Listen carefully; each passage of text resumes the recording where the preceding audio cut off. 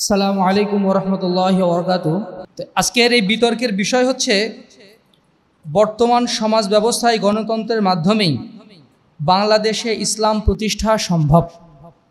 এর পক্ষে এবং বিপক্ষে দল, যারা পক্ষের দল তাদের মাধ্যমেই বক্তব্য শুরু হবে। যিনি তৃতীয় বক্তা, যিনি তৃতীয়তম তার্কিক, তিনি সর্বপ্রথম পক্ষের দল থেকে অর্থাৎ সরকারি দল থেকে তিনি সর্বপ্রথম কথা বলবেন। সময় পাবেন 7 মিনিট। সর্বপ্রথম যিনি কথা বলবেন তিনি সর্বোচ্চ 7 মিনিট সময় পাবেন। 6 মিনিটে তাকে সিগন্যাল দেওয়া হবে, আর পরের 1 মিনিটের সাথেই 1 মিনিটের মধ্যেই তাকে কথা বলা শেষ করে দিতে হবে। এবং তিনি কথা বলার পরে সরকার বিরোধী দল যিনি আছেন তার ভিতরে যিনি তৃতীয় বক্তা, তিনি এরপরে আলোচনা করবেন এবং তার ছুড়ে দেওয়া যুক্তিগুলোকে তিনি খণ্ডন করবেন। খণ্ডন করার পরে তিনি কিছু যুক্তি ছুড়ে দিবেন। এটা পক্ষের দলের অর্থাৎ গণতন্ত্রের পক্ষের দলের দ্বিতীয় বক্তা যিনি, তিনি এটার যুক্তি খণ্ডন করার পরে তারপরে কিছু যুক্তি বিপক্ষে পেশ করবেন। কেউ যদি যুক্তির উত্তর না দিতে পারে, যুক্তি খণ্ডন করতে না পারে, তাহলে এটা তার মাইনাস পয়েন্টে চলে যাবে। শুধু যুক্তি পেশ করবে কিন্তু যুক্তির উত্তর দিবেন, এটা করা যাবে না। এরপরে দলনেতারা শেষে কথা বলবে 7 মিনিট করে। যখন প্রত্যেক বক্তার 7 মিনিট করে আলোচনা শেষ হয়ে যাবে, এরপরে উভয় দল থেকে পক্ষে এবং বিপক্ষে অর্থাৎ গণতন্ত্রের পক্ষে এবং খেলাফতের পক্ষে যারা আছে, গণতন্ত্রের পক্ষে এবং গণতন্ত্রের বিপক্ষে, তারা আবার 5 মিনিট করে সময় পাবেন তাদের অতিরিক্ত কিছু যুক্তি খণ্ডনের জন্য। এটা দলনেতাও করতে পারে অথবা দলনেতা ছাড়া অন্য কেউ এটা করতে পারে। এরপরে ফাইনাল ফলাফল হিসাবে তাদের রেজাল্ট ঘোষণা করা হবে ইনশাআল্লাহ। আচ্ছা, এখানে আরেকটা বিষয় স্পষ্ট করি, সেটা হচ্ছে এই যে বিষয়, এই বিষয়ের মূল থিম হচ্ছে যারা পক্ষের দল তারা চাচ্ছেন যে গণতন্ত্রের মাধ্যমেই তারা খেলাফত প্রতিষ্ঠা করবেন, তারা গণতন্ত্রের মাধ্যমে ইসলাম প্রতিষ্ঠা করবেন। আর যারা বিপক্ষে আছে তাদের থিম হবে হচ্ছে না, গণতন্ত্র না, খেলাফত কায়েম করতে হলে খেলাফত ভিত্তিক যে ব্যবস্থাপনা আছে তার মাধ্যমেই ইসলাম প্রতিষ্ঠা করতে হবে। এটা হচ্ছে মূল থিম। তারা এই থিমের উপরে ইনশাআল্লাহ কথা বলবেন। তো আমরা যেহেতু পার্লামেন্টারি বিতর্ক এটা, সেহেতু আমরা আমাদের মুশরিফের পরামর্শক্রমে এই পার্লামেন্টের স্পিকার হিসেবে আমরা নির্ধারণ করছি আমাদের মার্কাজের সম্মানিত মুহাদ্দিস, আমাদের সকল শ্রদ্ধেয় তানজিলুর রহমান। আমরা তাকে এখানে স্পিকার হিসাবে আমরা নির্ধারণ করছি। মাননীয় স্পিকার তাকে সম্বোধন করে কথা বলা যাবে। এ পর্যায়ে আমাদের সামনে আলোচনা পেশ করছেন আজকের এই সংসদীয় বিতর্কের পক্ষ দলের সম্মানিত আলোচক আহমদ মোল্লা। আসসালামু আলাইকুম রহমতুল্লাহ। ইন্নাল হামদুলিল্লাহি নাহমাদুহু ওয়া নুসাল্লি আলা রাসূলিহিল কারীম, আম্মা বা'দ। ফাকাদ ক্বালা আল্লাহু তাআলা ফিল কুরআনিল মাজিদ উদউ ইলা সাবিলি রাব্বিকা বিল হিকমা। যেখানে দেখিবে ছাই উড়িয়ে দেখো তাই, পাইলেও পাইতে পারো অমূল্য রতন। মাননীয় স্পিকার, আজকের বিতর্কের মাননীয় স্পিকার, ধন্যবাদ আমাকে সুযোগ করে দেওয়ার জন্য এবং উপস্থিত সকলের সুস্বাস্থ্য কামনা করে শুরু করছি আজকের বিতর্কের বিষয় বর্তমান সমাজ ব্যবস্থায় গণতন্ত্রের মাধ্যমে বাংলাদেশে ইসলাম প্রতিষ্ঠা করা সম্ভব। উক্ত বিষয়ের পক্ষে আমি এবং আমার দল অবস্থান করছি। মাননীয় স্পিকার, আমি আমার বক্তব্যের মাধ্যমে 2টি স্টেপ ফুটিয়ে তুলব। প্রথম নম্বর হচ্ছে ইসলামী রাষ্ট্রের গুরুত্ব, 2 নম্বর হচ্ছে গণতন্ত্রকে নিয়ে যে সকল বিষয় সংশয় কাজ করে সেগুলোকে নিরসন করব ইনশাআল্লাহ। মাননীয় স্পিকার, প্রথমে ইসলামী রাষ্ট্রের গুরুত্ব। আল্লাহ সুবহানাহু ওয়া তাআলা কুরআনুল কারীমে বলেন, ওমান লাম ইয়াহকুম বিমা আনজালাল্লাহু ফাউলাইকা হুমুল কাফিরুন। যদি আমরা হাদিসের প্রতি লক্ষ্য করি তাহলে আমরা দেখতে পাবো যে ব্যক্তি মৃত্যুবরণ করেছে অথচ তার গলায় বায়াতের রশি নাই, তাহলে সে জাহিলিয়াতের অবস্থায় মৃত্যুবরণ করলো। যদি আমরা ইমামদের কওল সম্পর্কে দেখি তাহলে তারা এরকম অসংখ্য কওল পাবো। তার মধ্যে কয়েকটি কওল হচ্ছে যে ইমাম নওয়াবী রাহিমাহুল্লাহ বলেন, মুসলিমদের জন্য আবশ্যক হচ্ছে একটি ইসলামী নেতা নির্বাচন করা। ইমাম ইবনে তাইমিয়া রাহিমাহুল্লাহ বলেছেন যে শাসকবিহীন এক রাত অতিবাহিত করার চেয়ে একজন জালেম শাসকের অধীনে 60 বছর জীবন অতিবাহিত করা অধিক বেশি উত্তম। তাহলে এই উপরোক্ত কথাগুলোর মাধ্যমে কওল এবং হাদিসের মাধ্যমে যেটা বুঝতে পারি প্রতীয়মান হয়, সেটা হচ্ছে মুসলমানদের জন্য একটি ইসলামী রাষ্ট্র, ইসলামী নেতা কতটা গুরুত্বপূর্ণ। মাননীয় স্পিকার, এরপরে আসে দ্বিতীয় স্টেপে গণতন্ত্রের সংশয় নিরসন। প্রথম সংশয়, গণতন্ত্রকে ইসলাম প্রতিষ্ঠা করার মাধ্যম হিসেবে কেন আমরা গ্রহণ করব, যেখানে জনগণকেই সকল ক্ষমতার উৎস হিসেবে ধরা হয়। মাননীয় স্পিকার, প্রথমে আমরা জেনে নিই গণতন্ত্র বলতে আমরা কি বুঝি। গণতন্ত্র আমরা বলতে বুঝি দেশ চলবে বা সরকার চলবে জনগণের স্বার্থে, জনগণের কল্যাণার্থে, জনগণের মতামতের ভিত্তিতে। তাহলে আমরা বলতে পারি যে এখানে গণতন্ত্রের মূল থিমে অনেক সমস্যা আছে। মাননীয় স্পিকার, গণতন্ত্রে যে সকল সমস্যা রয়েছে সে সকল সমস্যা থেকে আমরা সম্পূর্ণ মুক্ত। কিভাবে সেটা? সূরা আনআমের 121 নম্বর আয়াতে আব্দুল্লাহ ইবনে আব্বাস রাদিয়াল্লাহু তাআলা আনহু এবং ইমাম শাফি রাহিমাহুল্লাহ বলছেন যে যখন কোনো মুসলমান কোনো পশু জবাই করার সময় যদি সে আল্লাহর নাম নিতে ভুলে যায়, সেটা ইচ্ছাকৃতভাবে হোক অথবা অনিচ্ছাকৃতভাবেই হোক, তাহলে সেই প্রাণীর গোশত খাওয়া সম্পূর্ণরূপে হালাল। তাফসিরে জালালাইন। অনুরূপভাবে যখন মুসলমান গণতন্ত্রকে মাধ্যম হিসাবে, ইসলাম প্রতিষ্ঠার মাধ্যম হিসাবে গ্রহণ করবে, তখন গণতন্ত্রের যে সকল বিষয়গুলো রয়েছে, সে সমস্যাযুক্ত বিষয়গুলো রয়েছে, সে সকল সমস্যাযুক্ত বিষয়গুলো অটোমেটিকভাবে এমনিতেই পড়ে যাবে, আমাদেরকে ফেলে দিতেও হবে না। এরপরে দ্বিতীয় সংশয় হচ্ছে গণতন্ত্র একটি মানবরচিত বিধান। তাহলে আমরা কেন ওহির বিধান বাদ দিয়ে একটা মানবরচিত বিধান হিসেবে গ্রহণ করব? মাননীয় স্পিকার, আমরা স্পষ্ট করছি যে গণতন্ত্র আমাদের ইসলাম প্রতিষ্ঠার একটি মাধ্যম, জীবন বিধান হিসেবে আমরা গণতন্ত্রকে গ্রহণ করিনি যেভাবে ইসলামকে আমরা গ্রহণ করেছি। আমাদের লক্ষ্য উদ্দেশ্য হচ্ছে গণতন্ত্রের মাধ্যমে ইসলামকে প্রতিষ্ঠা করা। আমাদের দাওয়াতি কাজ যাতে সুস্পষ্ট, দাওয়াতি পথের পথটা সুগম হয়, এটা হচ্ছে আমাদের লক্ষ্য উদ্দেশ্য। ইমাম ইবনে বাস এবং ইমাম ইবনে উসাইমিন রাহিমাহুল্লাহ বলছেন যে ইসলাম প্রতিষ্ঠার স্বার্থে সেই গণতন্ত্রকে গ্রহণ করা বৈধ। তাফসিরে মারিফুল কুরআন 213 নং পৃষ্ঠায় বলা হয়েছে যে ইসলামী আইন কিসরা এবং কাইসারের নির্যাতন থেকে মানুষকে, জনগণকে যেভাবে মুক্ত করেছে, ঠিক সেভাবেই পশ্চাত্যের গণতন্ত্রকে শিক্ষা দিয়েছে আল্লাহর আনুগত্য করা, তাদেরকে শিক্ষা দিয়ে পথ দেখিয়েছে আল্লাহর আনুগত্যের। যে কোনো দেশের বিধিবিধান ব্যবস্থা যেটাই হোক না কেন, ইসলামী আইন তাদেরকে এই কথা স্পষ্টভাবে বাতলে দিয়েছে যে তারা সকলে আল্লাহর আইনের অনুগত। ইসলামী আইন জনগণকে শুধু এই অধিকারই দেয় যে শাসক নির্ধারণ করার ক্ষেত্রে এই অধিকারই দেয় যে একজন যোগ্য, কর্মক্ষম, জ্ঞানী, মুত্তাকি, পরহেজগারী তাকে শুধু নির্বাচন করবে, অন্যথায় নির্বাচন করার অধিকার তাদেরকে দেয়নি। যেমন আল্লাহ সুবহানাহু ওয়া তাআলা বলেন ওয়া তাআওয়ানু আলাল বিররি ওয়াত তাকওয়া ওয়া লা তাআওয়ানু আলাল ইসমি ওয়াল উদওয়ান। সেটা ভোটের মাধ্যমেই হোক অথবা যে রাষ্ট্রে যে নীতি প্রচলিত আছে সেটার মাধ্যমে হোক। যেহেতু আমাদের বাংলাদেশে ভোটের মাধ্যমে প্রচলিত আছে, সেহেতু আমাদের আপাতত ভোটের মাধ্যমে হওয়াটাই অপরিহার্য। তাহলে এখন অন্যথায় ফিতনা সৃষ্টি করা যাবে না। আল ফিতনা তো আসাদু মিনাল কতল। তাহলে বলা যেতে পারে যে কুল হাল ইয়াস্তাবিল্লাযিনা ইয়ালামুনা ওয়াল্লাযিনা লা ইয়ালামুন। তাহলে এই আয়াতটা গণতন্ত্রের তো ভোটের মাধ্যমে তো জ্ঞানী মূর্খ একাকার হয়ে যাচ্ছে।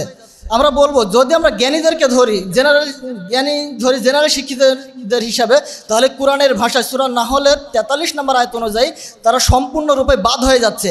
যদি শরীয়তের ভিত্তিতে ধরি তাহলে তাদের জ্ঞানী হওয়ার বিষয়ে আমরা কেউ একমত হচ্ছে না, ইল্লা মান রাহিমাল্লাহ। তাহলে আমরা জ্ঞানী এবং মূর্খ হওয়ার মানদণ্ড কীভাবে গ্রহণ করতে পারি? আশা করি স্পষ্ট করে যাবেন। মাননীয় স্পিকার, আমাদের বিপক্ষ ভাইদের কাছে কিছু প্রশ্ন। 1 নম্বর, খেলাফতের একটি সুনির্দিষ্ট পথ পদ্ধতি দেখান যেখানে রাসূল সাল্লাল্লাহু আলাইহি ওয়াসাল্লাম ও খোলাফায়ে রাশেদার খলিফা নির্বাচনের পথ পদ্ধতি ভিন্ন ভিন্ন ছিল। তাহলে খেলাফত প্রতিষ্ঠা করার পথ পদ্ধতি কি? দ্বিতীয় প্রশ্ন, বর্তমানে গণতন্ত্র বাদ দিয়ে খেলাফত ঘোষণা করলে, আন্তর্জাতিক অবরোধ এলে, তাহলে আপনারা কিভাবে রাষ্ট্র পরিচালনা করবেন? আপনারা তো জিহাদের জন্য প্রস্তুত নয়, তো সুনির্দিষ্ট পরিকল্পনা দিয়ে যাবেন। আমাদের দেখান বর্তমান গণতন্ত্রের বিশ্বে রাষ্ট্র ছাড়াই দাওয়াতের মাধ্যমে ইসলামী শরীয়ত বা ইসলামী শরীয়তের আইন বাস্তবায়ন হয়েছে। সবগুলো উত্তর দিয়ে যাবেন। মাননীয় স্পিকার, আমার বিপক্ষ বক্তা, আমি আমার বক্তব্যের মাধ্যমে স্পষ্ট করেছি আমার অবস্থান। তারপরে যদি আমার বিপক্ষ বক্তাগণ আমার ধোঁয়ার সাথে ধোঁয়া না তুলে আমাদের বিরুদ্ধাচরণ করে, তাহলে তাদেরকে বালহুম আজল বলা ছাড়া আমার কোনো উপায়ই থাকবে না। তাই তাদেরকে আমি আহ্বান করব যে আসুন আমাদের ধোঁয়ার সাথে ধোঁয়া তুলে ইসলাম প্রতিষ্ঠার পথকে সুগম করে। আসুন গণতন্ত্রের মাধ্যমে ইসলাম প্রতিষ্ঠা করুন, ওহির বিধান কায়েম করুন। আমা আলাইনা ইল্লাল বালাগ। মাননীয় স্পিকারের প্রতি কৃতজ্ঞ জ্ঞাপন করে আমার বক্তব্য শেষ করছি। আসসালামু আলাইকুম। হামিদা ওয়া মুসাল্লিয়ান আম্মা বাদ, ফাআউযু বিল্লাহি মিনাশ শাইতানির রাজীম, বিসমিল্লাহির রহমানির রহিম। ওয়া'আদাল্লাহু আল্লাযীনা আমানু মিনকুম ওয়া আমিলুস সালিহাতি লা ইস্তাখলিফান্নাহুম ফিল আরদ ইলা আখিরিল আয়া। ওয়া ক্বালা তাআলা ফিল কুরআনিল কারীম আল্লাযীনা ইন মাক্কান্নাহুম ফিল আরদি আকামুস সালাতা ওয়া আতাউয যাকাতা ইলা আখিরিল আয়া। আজকের এই মহতি ইলমি বিতর্ক অনুষ্ঠানের মাননীয় সভাপতি, দক্ষ বিচারক মণ্ডলী, অনুষ্ঠান পরিচালক এবং আমার সামনে উপস্থিত প্রিয় ছাত্র ভাইয়েরা, আমার বিরোধী দলের প্রথম বক্তা বেশ কিছু কোরআনের আয়াত এবং হাদিসের অপব্যাখ্যা সহ মানহীন যুক্তির মাধ্যমে প্রমাণ করার চেষ্টা করলেন যে গণতন্ত্রের মাধ্যমে ইসলামী খিলাফত কায়েম করা সম্ভব। কিন্তু দুঃখের বিষয় হলো গণতন্ত্র এমন একটা জিনিস যার সাথে ইসলামের সম্পর্ক হচ্ছে সম্পূর্ণ দা অথবা কুমড়ার সম্পর্ক। দা কুমড়া যেমন সম্পর্ক, গণতন্ত্রের সাথে ইসলামী খিলাফতের ঠিক এরকম সম্পর্ক। মান স্পিকার যদি আমরা দেখি, তিনি প্রথম গণতন্ত্রের ব্যাপারে যে জিনিসটা দিয়ে গেলেন, তার ব্যাখ্যা দিয়ে গেলেন যে গণতন্ত্র বলতে তারা যারা বুঝে। কিন্তু আফসোসের ব্যাপার হচ্ছে গণতন্ত্র তারা তৈরি করেনি, গণতন্ত্র যারা তৈরি করছে তাদের কাছ থেকে বুঝতে হবে। মাননীয় স্পিকার, গণতন্ত্রের ব্যাখ্যায় বলা হচ্ছে, আধুনিক গণতন্ত্রের ব্যাখ্যায়, democracy is the government of the people, by the people, for the people. অর্থাৎ এখানে তিনটা জিনিস আসে। এক, অর্থাৎ সকল ক্ষমতার উৎস আল্লাহ সুবহানাহু ওয়া তাআলা। দুই, সকল আইন প্রণয়ন করা হবে একমাত্র আল্লাহ সুবহানাহু ওয়া তাআলা, এই আল্লাহ সুবহানাহু ওয়া তাআলা বাদে, শুধুমাত্র জনগণের ইচ্ছায়। তিন, অধিকাংশের রায় চূড়ান্ত। এবার ফিরে যাওয়া যাক আমাদের পবিত্র কোরআনের দিকে। আল্লাহ সুবহানাহু ওয়া তাআলা কি বলছেন? আল্লাহ সুবহানাহু ওয়া তাআলা সূরা বাকারা সহ প্রায় 30-এর অধিক জায়গায় বলছেন আল্লাহু আলা কুল্লি শাইইন কদির, নিশ্চয়ই সার্বভৌমত্ব ক্ষমতার উৎস আল্লাহ সুবহানাহু ওয়া তাআলা। দ্বিতীয় উৎসে আল্লাহ, আমরা যদি চলে যাই, তারা বলছে যে গণতন্ত্রের ব্যাখ্যায় যে জনগণের ইচ্ছায় আইন রচিত হবে। মাননীয় স্পিকার, যদি আমরা দেখি আল্লাহ সুবহানাহু ওয়া তাআলা সূরা পবিত্র কোরআনে বলছেন সূরাতুল মাইদায়, ইনিল হুকমু ইল্লা লিল্লাহ, বিধানদাতা একমাত্র আল্লাহ সুবহানাহু ওয়া তাআলা। তৃতীয় জায়গা যদি বলা হয়, তারা বলছে যে সার্বভৌমত্ব সহ এই যে তারা চলবে গণতন্ত্রের মাধ্যমে, আর গণতন্ত্র চলে অধিকাংশের রায়ের মাধ্যমে। যদি আমরা কোরআন দিয়ে খেয়াল করি, আল্লাহ সুবহানাহু ওয়া তাআলা বলছেন ওয়া ইন তুতি আকসারা মান ফিল আরদি ইউদিল্লুকা আন সাবিলিল্লাহ ইলা আখিরিল আয়াত। অর্থাৎ তুমি যদি অধিকাংশের মতকে ফলো করো, তাহলে নিশ্চয়ই তারা তোমাকে অবশ্যই থেকে আল্লাহর বিধান থেকে দূরে সরে দিবে। অর্থাৎ কথা হচ্ছে, একটা প্রবাদ আছে যে সর্বাঙ্গে ব্যথা ওষুধ দিব কোথায়। মাননীয় স্পিকার, প্রত্যেকটা পক্ষে শুধুমাত্র একটা গণতন্ত্রের ব্যাখ্যায়, শুধুমাত্র একটা গণতন্ত্রের এক লাইন ব্যাখ্যায় যেখানে দেখাতে পারলাম যে তিনটা ইসলামের সাথে কুফরি মতবাদ, সেইখানে তারা গণতন্ত্রের দিয়ে কেমন করে ইসলামী খিলাফত কায়েম করার স্বপ্ন দেখে। মাননীয় স্পিকার, যদি আমি চলে যাই হাদিসের দিকে, রাসূল সাল্লাল্লাহু আলাইহি ওয়াসাল্লাম বলছেন লা তাসআলিল ইমারা, তোমরা এই নেতৃত্ব চেয়ে নেও না। এই বিষয়ে সহিহ মুসলিমে হাদিস আসছে এবং সহিহ মুসলিমে একটা বাবই আসছে, সেখানে বলা হয়েছে যে তোমরা চাওয়া তথা তলব এবং হার্স, মানে আকাঙ্ক্ষা করা এবং চাওয়া উভয়টাকে হারাম বলা হয়েছে। যেখানে গণতন্ত্রের ক্ষমতায় যায় মানুষ হচ্ছে একজন ইহুদি, একজন কাফের, একজন মুনাফিক, একজন মুশরিক, একজন শাতিম, সবাইকে একই রকম ধরে তারা গণতন্ত্রে যায় এবং তার মাধ্যমে তারা আমাদেরকে বলতে চাচ্ছে যে এই সবার মতামতকে সমানভাবে ধরে তারা এই দেশে ইসলামী খিলাফত কায়েম করবে, যেটা অতিমাত্রায় দুঃস্বপ্ন এবং আকাশ কুসুম কল্পনা বয় অন্য কোনো কিছু নাই। মাননীয় স্পিকার, আমরা যদি আবার ফিরে যাই এই গণতন্ত্রের মাধ্যমে ইসলামী খিলাফত, যদি আমরা দেখি সেই রাসূল সাল্লাল্লাহু আলাইহি ওয়াসাল্লামের রেখে যাওয়া দিন চলে আসতেছিল 1300 বছর পর্যন্ত।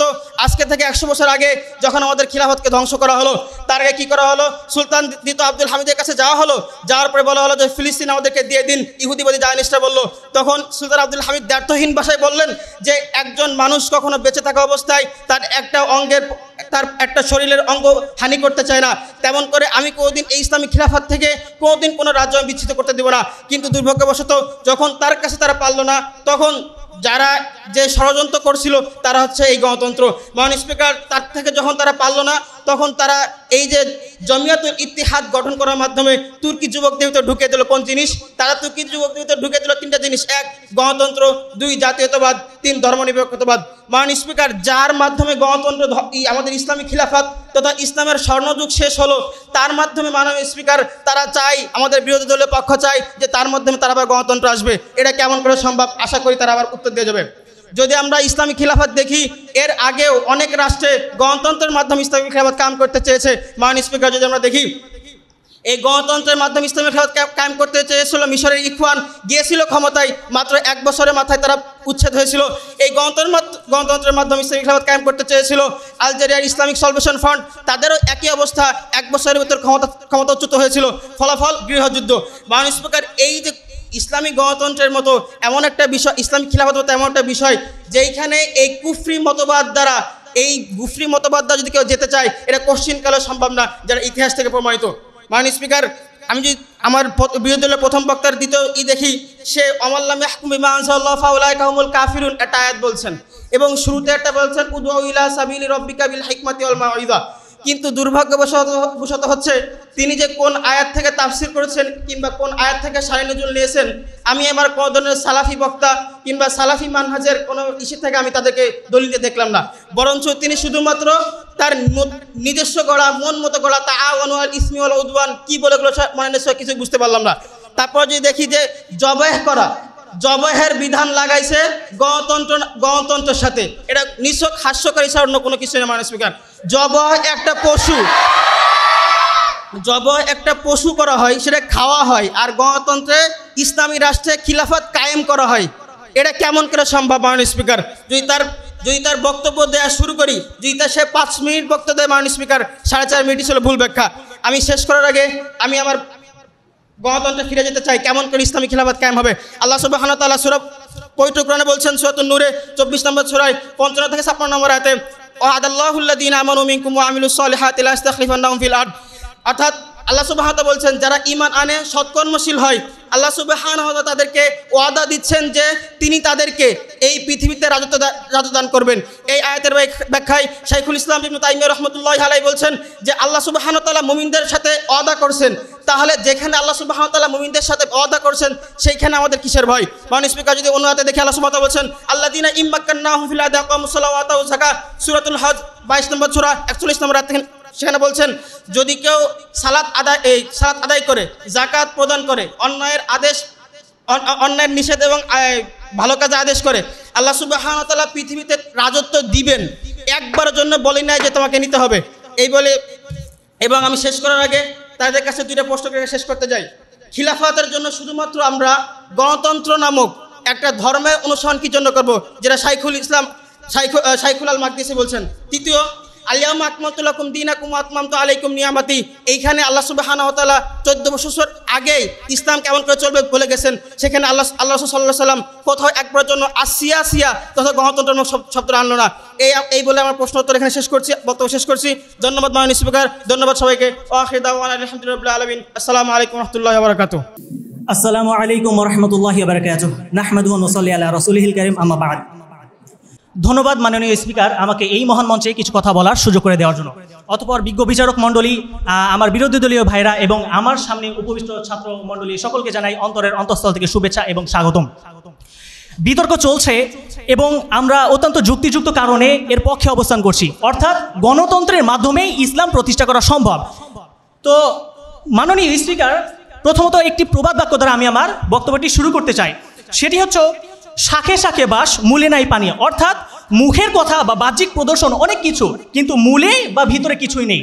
আমাদের বিরোধী দলের ভাইদেরকে দেখে মনে হলো যে অনেক কিছু বলবেন বা অনেক তথ্যবহুল কথা বলবেন, বা তারা এমন মতবাদ বা এমন একটা চিত্র ফুটিয়ে তুলবেন যেটা গণতন্ত্র ছাড়া তারা ইসলাম প্রতিষ্ঠা করবেন, কিন্তু তারা কথার কথা কিছুই করতে পারলেন না।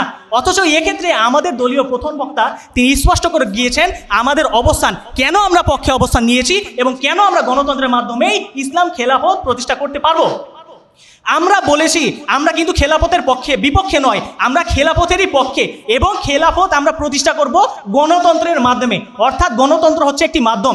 মহান আল্লাহ তাআলা সূরা নাহলের 15 নম্বর সূরার 125 নম্বর আয়াতে বলছেন, যখন তোমাদের সাথে দ্বীন এবং আল্লাহর পথে চলার বিষয়ে কেউ শত্রুতা এবং বিরোধিতা পোষণ করে, তখন তাদের স্পষ্টভাবে জানিয়ে দাও আমি এবং আমার অনুসারীরা কেবল আল্লাহ তাআলার অনুগত এবং তার দ্বীন প্রতিষ্ঠার জন্যই আছি, অন্য কোনো উদ্দেশ্য নয়। তাহলে আল্লাহ তাআলা বলছেন কি, যদি কেউ বিরোধিতা করে তাহলে তাদেরকে বলতে যে আমরা তাহলে আল্লাহর অনুগত এবং তার দ্বীন প্রতিষ্ঠার জন্যই আছি, অন্য কোনো উদ্দেশ্য নয়।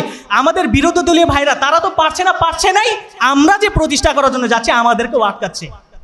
সম্মানিত উপস্থিতি, তো ইসলাম এবং খিলাফত এই বিখ্যাত একটি গ্রন্থ, এই গ্রন্থের 143 নম্বর আয়াত 143 নম্বর পৃষ্ঠায় ইমাম আবু লাইস সামারকিন্দি রহিমাহুল্লাহ তিনি বলেছেন যে গণতন্ত্র এবং ইসলামের মধ্যে খুব একটা বেশি কি নেই, দ্বন্দ্ব নেই বা বিরোধ নেই, সামান্য কিছু রয়েছে এবং ইসলামকে রক্ষা করার জন্য গণতন্ত্রের অংশগ্রহণ করাই অপরিহার্য।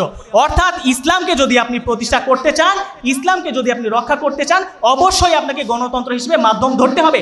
গণতন্ত্রের মাধ্যমে আপনি ইসলামকে প্রতিষ্ঠা করতে পারবেন, অন্য কোনো উপায়ে আপনি ইসলামকে প্রতিষ্ঠা করতে পারবেন বা রক্ষা করতে পারবেন না। এখন আসি, আমরা যে বলছি গণতন্ত্রের মাধ্যমে আমরা ইসলাম প্রতিষ্ঠা করব, এই গণতন্ত্রের কোন কোন মাধ্যমে আমরা কিভাবে গণতন্ত্রের মাধ্যমে আমরা ইসলাম প্রতিষ্ঠা করব, তার 1 নম্বর হচ্ছে সমর্থন এবং সচেতনতা সৃষ্টির মাধ্যমে। আমরা সমর্থন এবং সচেতনতা সৃষ্টি করতে পারবো আমাদের নিজ থেকে, পরিবার থেকে, সমাজ থেকে, গোত্র থেকে এবং পরবর্তীতে রাষ্ট্র। আমরা সচেতনতা সৃষ্টির মাধ্যমে যে না, খেলাফতি হচ্ছে একমাত্র রাষ্ট্র কায়েম ব্যবস্থা, খেলাফতের মাধ্যমে আমাদের রাষ্ট্র কায়েম করতে হবে। 2 নম্বর হচ্ছে রাজনৈতিক অংশগ্রহণ। আপনি সমর্থন এবং সচেতনতা সৃষ্টি করলেন কিন্তু ঘরের মধ্যে বসে থাকলেন, তাহলে কি আপনি খেলাফত প্রতিষ্ঠা করতে পারবেন? কখনোই খেলাফত প্রতিষ্ঠা করতে পারবেন না। আপনাকে খেলাফত প্রতিষ্ঠা করতে হলে অবশ্যই গণতন্ত্র তথা রাজনৈতিক অবস্থানে কি করতে হবে, যুক্ত হতে হবে, অর্থাৎ রাজনৈতিকভাবে অংশগ্রহণ করতে হবে। 3 নম্বর হচ্ছে সাম্প্রদায়িক সংলাপ এবং সমঝোতা, অর্থাৎ সাম্প্রদায়িক যারা মানুষ রয়েছে তারা যেন এই চিন্তা না করে যে ইসলাম প্রতিষ্ঠা তথা ইসলাম শাসন ব্যবস্থায় গেলে আমাদের উপর জুলুম অবিচার হবে। তাদেরকে বুঝাতে হবে যে না, ইসলাম পূর্ণ একটি দিন, কারোর উপর জুলুম করে না, তাহলেই তারা আমাদের কি করবে, সমর্থন করবে এবং আমরা ইসলামী খেলাফত গণতন্ত্রের মাধ্যমে প্রতিষ্ঠা করতে পারবো। সম্মানিত উপস্থিতি, আমাদের বিরোধী দলীয় ভাইরা অনেক যুক্তি দিয়ে গিয়েছেন। আসলে তাদেরকে বলতে চাই যে চর্মচক্ষু দিয়ে না দেখে যদি আপনারা অন্তর্চক্ষু দিয়ে দেখেন, অনেক কিছুই আপনাদের কাছে স্পষ্ট হয়ে যাবে। শুধুমাত্র চর্মচক্ষুর উপর নির্ভর করলে চলবে না। তারা আমাদের দলিলকে বলছে কি অযথা, তারা দলিল সম্পর্কে জ্ঞানই রাখে না। স্পষ্ট দলিল তাদেরকে উল্লেখ করে দেওয়া হচ্ছে যে এই গ্রন্থে, এই কিতাবে ইমাম বলেছেন, অথচ তারা মানতে নারাজ। তারা অনেক যুক্তি দিয়ে গিয়েছেন। তার মধ্যে একটি যুক্তি হচ্ছে কি, যে তারা বলেছেন নেতৃত্ব চেয়ে নেওয়া যাবে না, অথচ আবু দাউদের 531 নম্বর হাদিস, সহি হাদিস, সেই হাদিসে কি স্পষ্ট বলা হচ্ছে যে উসমান ইবনুল আবিল আস রাদিয়াল্লাহু তাআলা আনহু রাসূল সাল্লাল্লাহু আলাইহি ওয়াসাল্লাম বললেন, হে আল্লাহর রাসূল, আপনি আমাকে কি করুন, আমার গোত্রের ইমাম বানিয়ে দিন। এবং রাসূল সাল্লাল্লাহু আলাইহি ওয়াসাল্লাম বললেন, যাও, তোমাকে ইমাম বানিয়ে দিলাম। তাহলে তারা কি হিসেবে এই কথাটা বলে? আচ্ছা, তারপরে তারা কি করেছে, যুক্তি দিয়েছে যে আব্রাহাম লিঙ্কন গণতন্ত্রের এই কি মূল থিওরি দিয়েছে। তো আব্রাহাম লিঙ্কন গণতন্ত্রের মূল থিওরি দিয়েছে, কেন আপনারা আব্রাহাম লিঙ্কনকে গ্রহণ করছেন? আব্রাহাম লিঙ্কন ছাড়াও যে আরও রয়েছে, যেমন জন লক, তিনি কি সর্বপ্রথম ইসলামের কি করেছেন, গণতন্ত্রের কথা বলেছেন। তো আপনারা জন লকের কথাটা ধরেন, আপনারা কেন আব্রাহাম লিঙ্কনের করছেন?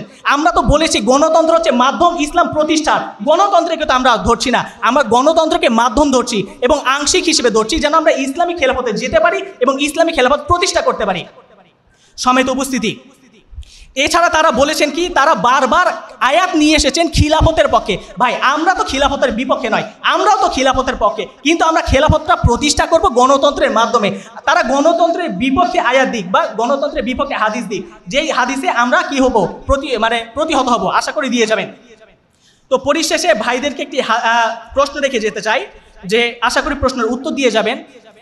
এ পৃথিবীতে অটোমান খেলাফত বা যেটা ওসমানীয় খেলাফত নামে পরিচিত, সেটা সর্বশেষ 1924 সালে 3রা মার্চ তুরস্কে বিলুপ্ত হয়ে যায়। তাহলে 1924 সাল থেকে 2025 সাল, 101 বছর পার হয়ে গেলেও কেন আপনারা কোনো মাধ্যম ছাড়া ইসলামী খেলাফত প্রতিষ্ঠা করতে পারেন নাই? আশা করি উত্তর দিয়ে যাবেন। এছাড়া তারা অনেক কিছু উল্টাপাল্টা কথা বলে গিয়েছেন। তারা শুধু খেলাফতের যুক্তি এবং তর্ক এবং আয়াত দিয়ে গেছেন। আমরা তো খেলাফতের বিপক্ষে না।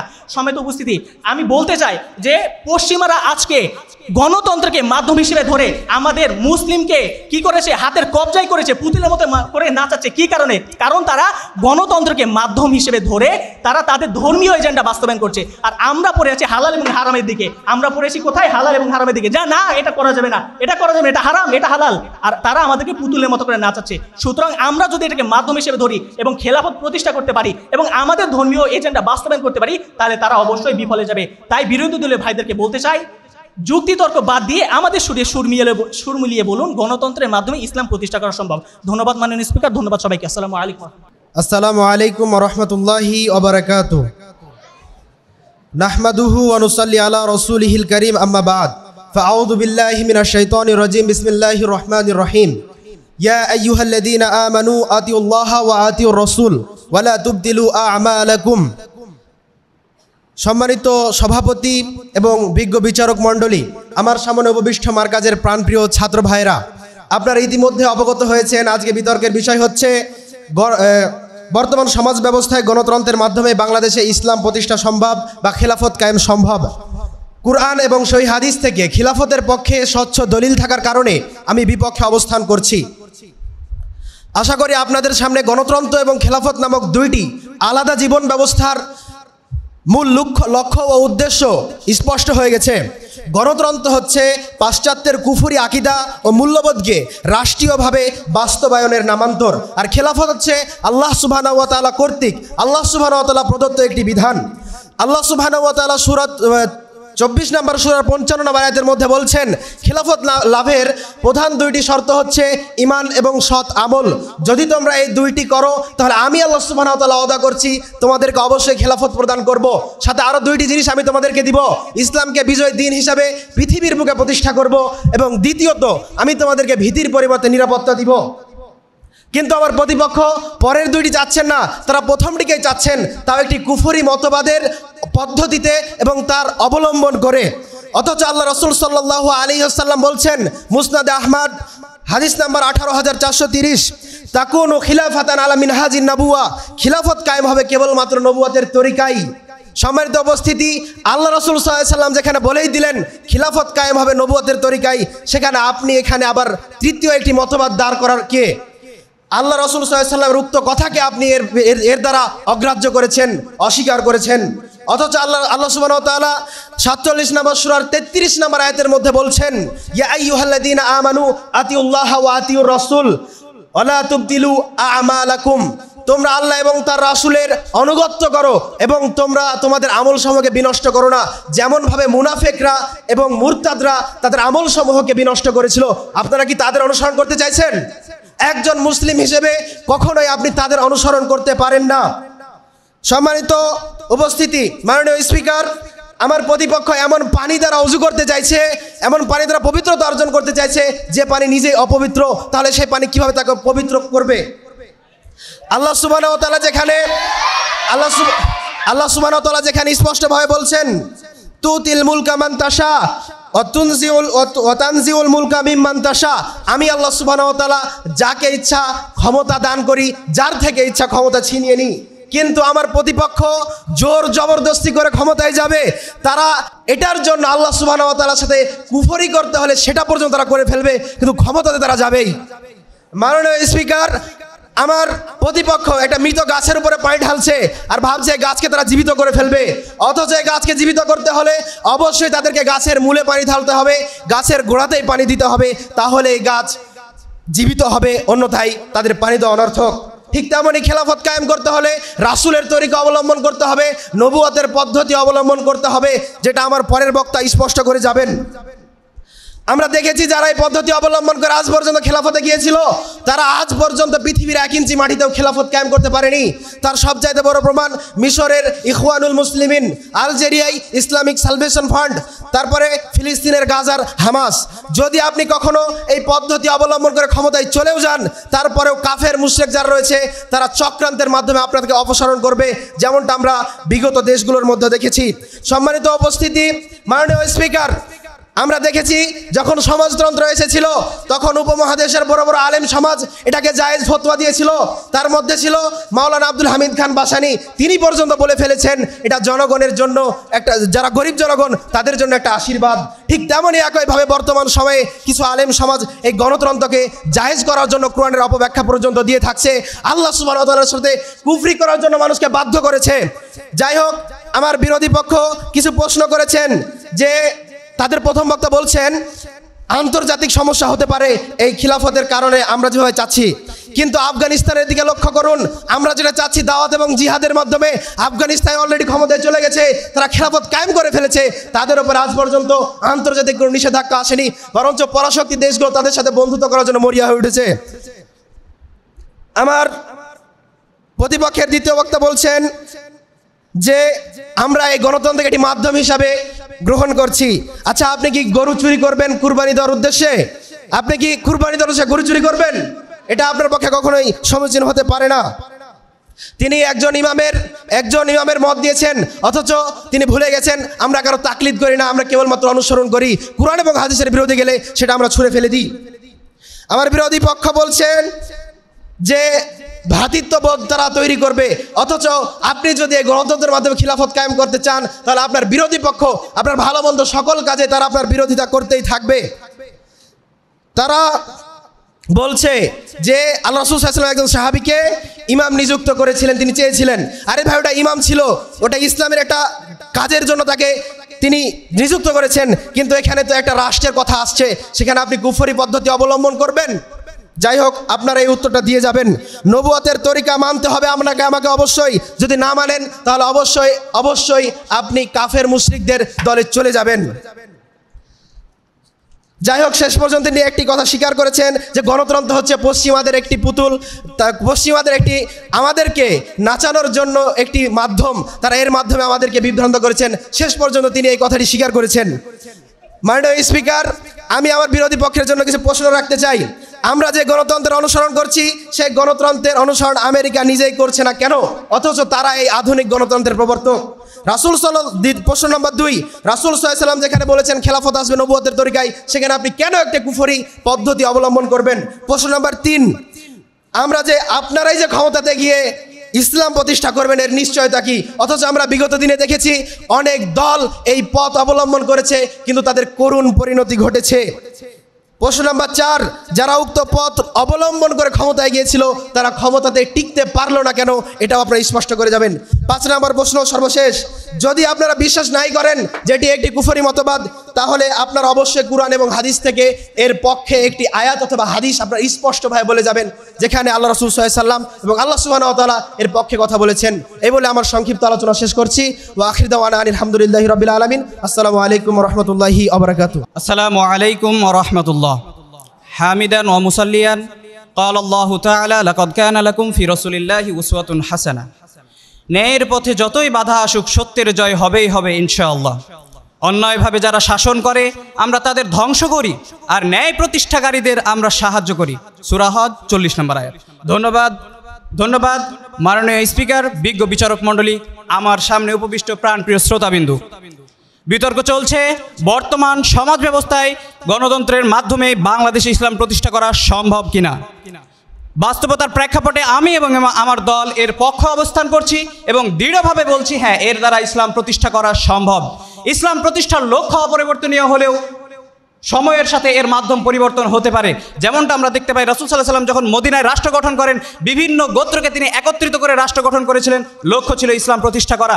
খোলাফায়ে রাশেদিনের যুগে যদি আমরা দেখতে যাই, এক একজন খলিফা নির্বাচিত হয়েছেন এক এক পদ্ধতিতে, তিনারা এক একজন এক এক পদ্ধতিতে খলিফা নির্বাচিত হয়েছেন, উদ্দেশ্য ছিল ইসলাম প্রতিষ্ঠা করা। মাননীয় স্পিকার, আমি প্রচুর মর্মাহত হচ্ছি। আমার বিরোধী দলের অলরেডি 2 জন বক্তা গিয়েছেন, অনেক প্রশ্ন করেছেন, কিন্তু আমাদের প্রশ্নের উত্তর ঠিকভাবে দিয়ে যাননি। তিনি শুধু বক্তব্যের সারাংশ করে চলে গিয়েছেন। মাননীয় স্পিকার, আরও মর্মাহত হচ্ছি, তিনারা যে বলছেন যে তিনারা ইসলাম প্রতিষ্ঠা করবেন, এর বাইরে থেকে এইরকম একটা সুন্দর রূপরেখা দেননি যার দ্বারা তিনি ইসলাম প্রতিষ্ঠা করবেন। মাননীয় স্পিকার, দুঃখের সাথে বলতে হচ্ছে, আজ যখন মুসলিমরা নানা প্রান্তে নির্যাতিত, যখন মুসলমানদের রক্ত ঝরানোকে বৈধ ঘোষণা করা হচ্ছে, যখন মুসলমানদের ইবাদতখানা ভেঙে ফেলা হচ্ছে এই মিথ্যা অজুহাতে, সেখানে নাকি আগে থেকেই বিধর্মীদের উপাসনালয় ছিল, তখনও যদি আমরা উপলব্ধি না করি ইসলাম প্রতিষ্ঠা করা কতটা গুরুত্ব, কতটা আমাদের জন্য প্রয়োজনীয়, তাহলে আমরা কোন দায়িত্বশীলতার কাতারে পড়ি। মাননীয় স্পিকার, বিজ্ঞ বিরোধী দল বলতে পারেন যে যেই সমস্যাগুলোর কথা বললাম এগুলো মাধ্যমের, গণতন্ত্রের মাধ্যমে হচ্ছে। একটু বলতে হয়, যদি মাধ্যম দোষী হয় তাহলে তো ভাবখানা এমন হয়ে গেল, ফল কাটতে গিয়ে ফল কাটার সময় ছুরি দিয়ে হাত কেটে গেছে, এর জন্য আমরা ছুরিকে দায়ী করছি, ব্যক্তির অসাবধানতাকে দায়ী করছি না।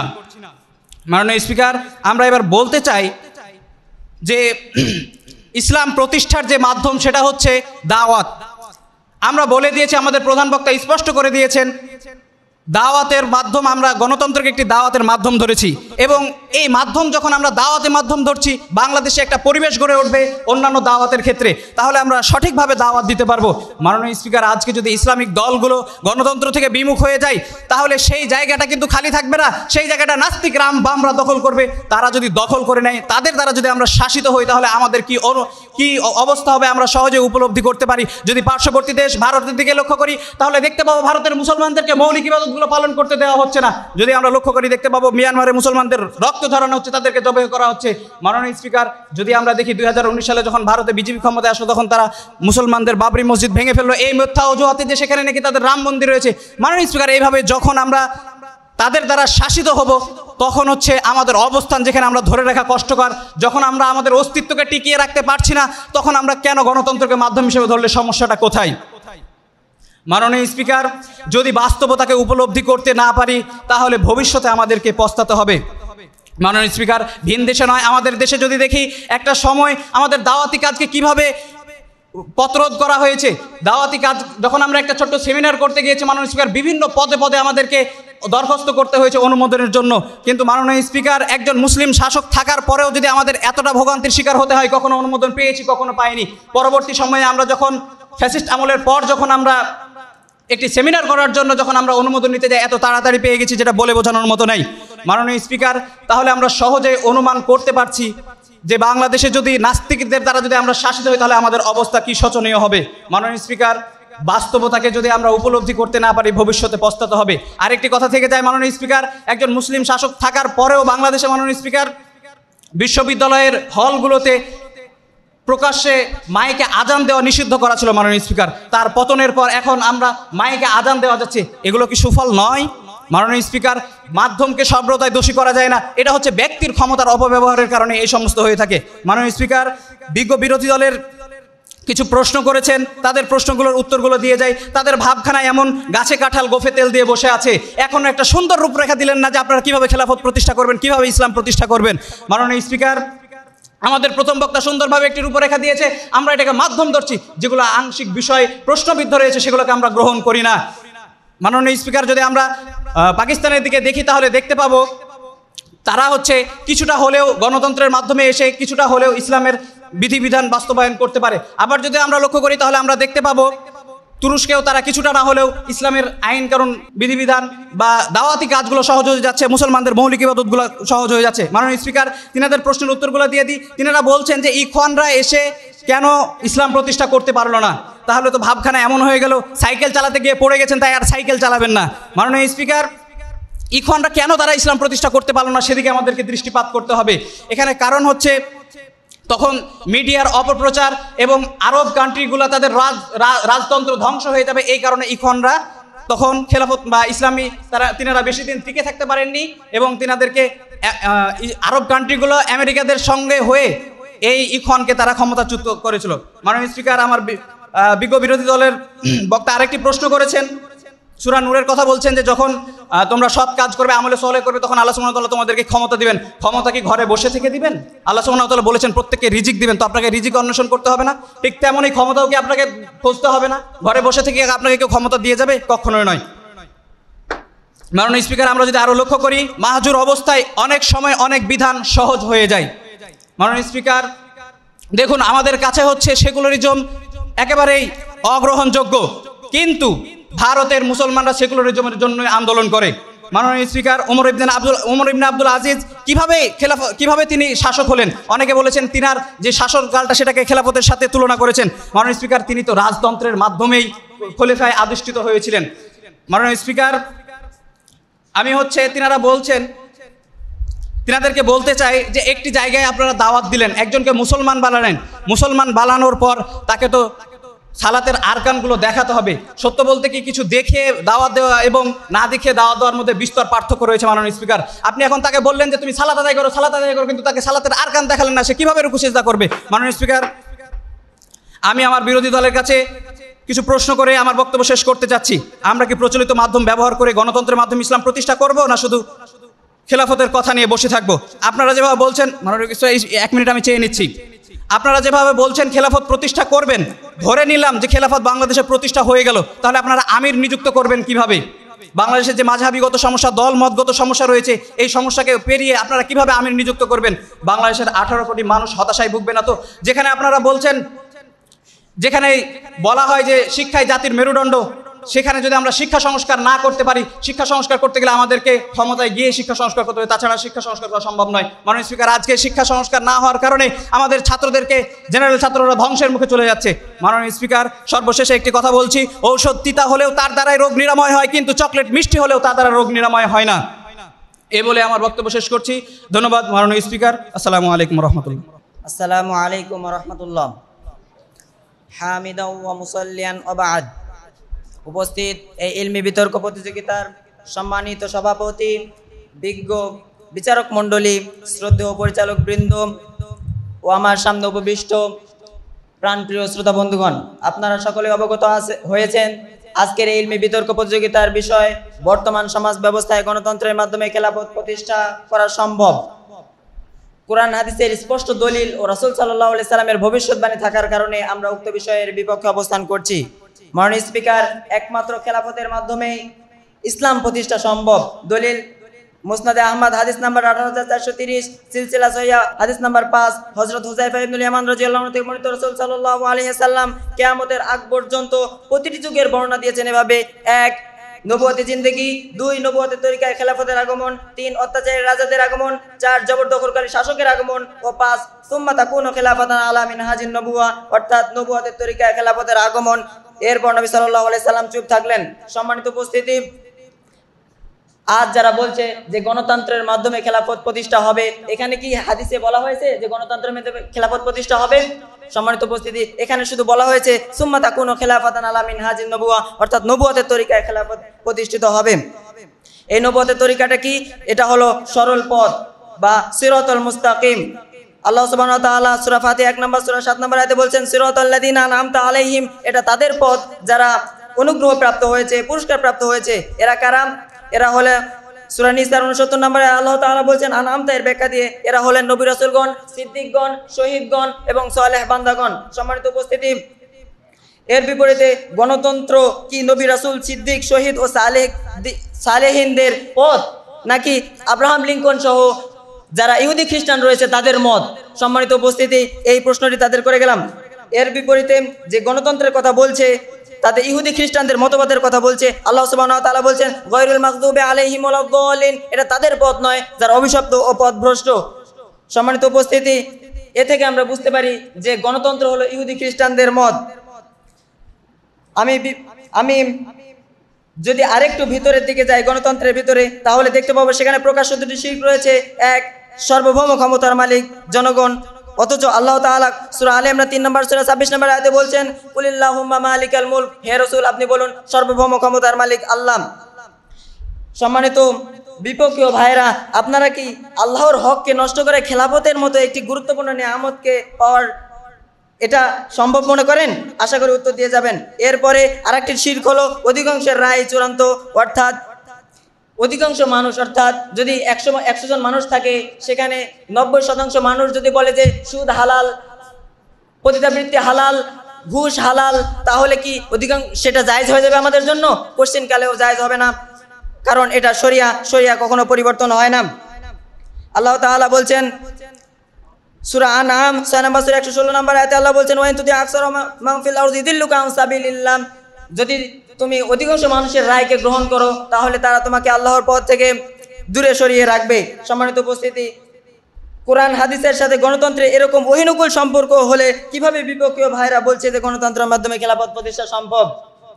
আমার বিপক্ষীয় ভাইরা বলছে যে আমরা রূপরেখা দেখাতে পারিনি, অথচ রাসূল সাল্লাল্লাহু আলাইহি সাল্লাম 1400 বছর আগেই রূপরেখা দেখিয়ে গিয়েছেন। খেলাফত প্রতিষ্ঠার উপায় হলো দুটি: 1. দাওয়াত ও জিহাদ, অর্থাৎ তাওহীদের মর্মবাণী জনগণের নিকটে পৌঁছে দেওয়া ও তাদের মর্মমূলে তা প্রতীত করাই হলো প্রকৃত দাওয়াত। অতঃপর শিরক ও বিদআতের বিরুদ্ধে আপসহীনভাবে রুখে দাঁড়ানোই হলো প্রকৃত জিহাদ। প্রথমটির মাধ্যমে খেলাফত প্রতিষ্ঠার পক্ষে ব্যাপক জনমত সৃষ্টি করতে হবে ও তাদের চিন্তাধারায় পরিবর্তন আনতে হবে। দলিল সূরা নূর 24 নম্বর সূরা 55 নম্বর আয়াতে বলছেন ওয়াদাল্লাহুল্লাযিনা আমানু মিনকুম ওয়া আমিলুস সালিহাত লা ইস্তাখলিফান্নাহুম ফিল আরদ, তোমাদের মধ্যে যারা ঈমান আনে সৎকর্মসমূহ সম্পাদন করে আল্লাহ তাআলা তাদের ওয়াদা দিয়েছেন যে তিনি অবশ্যই তাদেরকে খেলাফত ব্যবস্থা দিবেন। আমরা যদি রাসূল সাল্লাল্লাহু আলাইহি সাল্লাম এর জীবনেতে দেখি, তিনি তিনি কি করে গেলেন? তিনি সর্বপ্রথম দাওয়াতের কাজ করে গেলেন।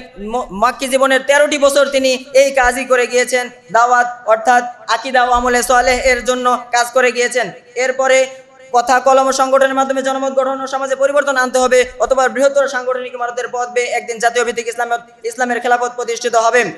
দলিল সূরা আলে ইমরান 3 নম্বর সূরা 104 নম্বর আয়াতে বলেছেন, ওয়ালতাকুম মিনকুম উম্মাতুন ইয়াদউনা ইয়াওমাল ওয়ালতাকুম মিনকুম উম্মাতুন ওয়ালতাকুম মিনকুম উম্মাতুন ইয়াদউনা ইলাল খায়রি ওয়া ইয়ামুরুনা বিল মারুফ ওয়া ইয়ানহাউনা আনিল মুনকার ওয়া উলাইকা হুমুল মুফলিহুন। তোমাদের মধ্যে একটি দল থাকা আবশ্যক যারা মানুষকে হকের দিকে, উত্তমের মানে কল্যাণের দিকে আহ্বান করবে, সৎ কাজে আদেশ করবে, অসৎ কাজে নিষেধ করবে, তারাই সফল কাম। সম্মানিত উপস্থিতি, আমরা যদি রাসূল সাল্লাল্লাহু আলাইহি সাল্লামের জীবনীতে দেখি, রাসূল সাল্লাল্লাহু আলাইহি ওয়াসাল্লাম হিলফুল ফুজুল নামক সংগঠন গঠন করলেন। এরপরে তিনি আকাবার প্রথম বায়াত, দ্বিতীয় বায়াত, তৃতীয় বায়াতের মাধ্যমে তিনি ইসলাম ইমারতের পথ বেয়ে খেলাফত প্রতিষ্ঠা অর্থাৎ তিনি সফল কাম হলেন। সম্মানিত উপস্থিতি, এটাই আমাদের মানে খেলাফত প্রতিষ্ঠার প্রধান রূপরেখা। অর্থাৎ এজন্যই তো আমরা বাংলাদেশ আহলে হাদিস যুব সংঘ এর আহলে হাদিস আন্দোলন বাংলাদেশ এর প্রধান কর্মসূচি হলো তাবলিগ, তানজিম, তারবিয়াত ও তাজদিদে মিল্লাত। এই অনুযায়ী আমরা কাজ করে যাচ্ছি। সম্মানিত উপস্থিতি, যারা বলছে যে গণতন্ত্রের মাধ্যমে খেলাফত প্রতিষ্ঠা হবে, তাদের কল্পনা আকাশ কুসুম কল্পনা বই কিছুই নয়। আমার বিরোধী পক্ষের ভাইরা যার যে রূপরেখা দেখিয়ে গেল সেটা মানব রচিত, তারা নিজেরাও স্বীকার করেছে। আমি বিপক্ষীয় ভাইদের কাছে কয়েকটি প্রশ্ন করে যেতে চাই। গণতন্ত্রের মাধ্যমে খেলাফত প্রতিষ্ঠা হবে, এই ভবিষ্যৎবাণী আল্লাহ রাসূল সাল্লাল্লাহু আলাইহি সাল্লাম করলেন না কেন, অথচ 1500 বছর পূর্বে পরিপূর্ণ জীবন ব্যবস্থা ইসলাম ঘোষণা দেওয়া হয়েছে? 2, রাসূল সাল্লাল্লাহু আলাইহি সাল্লাম মক্কায় কেন হুকুমত কায়েমের মাধ্যমে খেলাফত ব্যবস্থা চালু করলেন না, অথচ রাসূল সাল্লাল্লাহু আলাইহি ওয়াসাল্লাম এর কাছে যখন মালাকুল জাবাল আর জিবরিল আলাইহিস সালাম এসে বললেন যে আপনি শুধু অনুমতি দেন মক্কার কাফেরদেরকে আমরা ধ্বংস করে দেই, তিনি চাইলে তো ক্ষমতায় গিয়ে খেলাফত কায়েম করতে পারতেন, কিন্তু তিনি সেটা না করে দাওয়াতের পথকে বেছে নিলেন কেন, এবং তিনি ইয়াসরিবে হিজরত করাকে বেছে নিলেন কেন? 3, ফিরআউন সদলবল ধ্বংস হওয়ার পরে কেন মুসা আলাইহিস সালাম খেলাফতে বসলেন না হুকুমত কায়েমের মাধ্যমে, তিনি দাওয়াতের পথকে বেছে নিলেন কেন? 4, অধিকাংশ মানুষ যদি সংবিধান চায় তাহলে আপনি কোনটিকে মানবেন, শরিয়া নাকি সংবিধান? যদি শরিয়া মানেন তাহলে আপনার পদ কি থাকবে? 5, যদি কোনো দেশে 90% মানুষ শরিয়া বিরোধী মতো কোনো কাজ করে, যেমন সুদ, ঘুষ, অশ্লীলতা, তাহলে গণতান্ত্রিক পদ্ধতি থেকে সেটা ইসলাম প্রতিষ্ঠার পথ হবে নাকি ইসলাম ধ্বংসের পথ হবে? আশা করি উত্তর দিয়ে যাবেন। পরিশেষে বিজ্ঞ বিচারক মণ্ডলীর নিকটে এই আশা ব্যক্ত করছি যে অন্তত ইহুদি খ্রিস্টানদের বিরোধিতা করে হলেও তিনি কোরআন হাদিসের পক্ষে রায় দেবেন এবং আপনারা তাতে দ্বিমত পোষণ করবেন না। আখির দাওয়ানা আলহামদুলিল্লাহি রাব্বিল আলামিন। আসসালামু আলাইকুম। আসসালামু আলাইকুম ওয়া রাহমাতুল্লাহি ওয়া বারাকাতুহু। নাহমাদু ওয়া নুসাল্লি আলা রাসূলিহিল কারীম, আম্মা বা'দ। আবারও ধন্যবাদ জানাচ্ছি মাননীয় স্পিকারকে আমাকে এই মহান মঞ্চে কিছু কথা বলার সুযোগ করে দেওয়ার জন্য। অতঃপর ধন্যবাদ জানাচ্ছি বিজ্ঞ বিচারক মণ্ডলী এবং সামনে উপবিষ্ট ছাত্র ভাইরা। আবারও একটি প্রবাদ বাক্য দ্বারা কথাটি শুরু করতে যায় যে যার যত গর্জন তার তত কম বর্ষণ, অর্থাৎ বেশি কথা বললে বা বেশি লাফাইলেই হবে না, সুতরাং কাজেও আপনাকে দেখাতে হবে। আমাদের ভাইরা তারা বারবার কি বলছেন যে স্পষ্ট কোনো ধারণাই দিতে পারছেন না, অথচ তারা চাচ্ছেন বারবার প্রশ্ন করার মাধ্যমে আমাদেরকে প্রশ্নবিদ্ধ করে দমিয়ে রাখতে। তারা যে আমাদের মতো করে স্পষ্টভাবে বলবে, যেমন আমরা একটা রূপরেখা দেখাচ্ছি, আমরা দেখাচ্ছি কি গণতন্ত্রকে মাধ্যম হিসেবে ধরে আমরা ইসলামী খেলাফত প্রতিষ্ঠা করব, কিন্তু তারা কি করছেন, কোনো মাধ্যম তো দিতেই পারছেন না, তারা কি করছেন, আমাদেরকে প্রশ্নবিদ্ধ করার চেষ্টা করছেন। একজন এসে 5টা 6টা করে প্রশ্ন করে যাচ্ছেন, কিভাবে প্রশ্ন করে তাদেরকে দমাতে চায়, মনে হয় পরীক্ষায় প্রশ্ন কমন আসে নাই, কিভাবে উত্তর দিব, এই দশা হয়েছে আমাদের বিরোধী দলের ভাইদের। সমেত উপস্থিতি, তারা বারবার বলেছেন, তারা বারবার খিলাফতের আয়াত টেনে বলছেন খিলাফতের কথা। আমরা কি একবারও বলেছি খেলাফত হারাম, আমরা খেলাফত মানবো না? আমরা এই কথা একবারও বলি নাই। আমরা বলেছি গণতন্ত্রকে মাধ্যম ধরে আমরা খেলাফত কি করব, প্রতিষ্ঠা করব। আসলে ভাইদের অবস্থাটা হয়েছে এমন যে গোবর খাওয়া হারাম, গরুর পেটে গোবর রয়েছে, এই কারণে গরু খাওয়াই কি বাদ দিয়ে দিবেন? অথচ গরুর দিন দেখা যায় পেট ভরে খায়।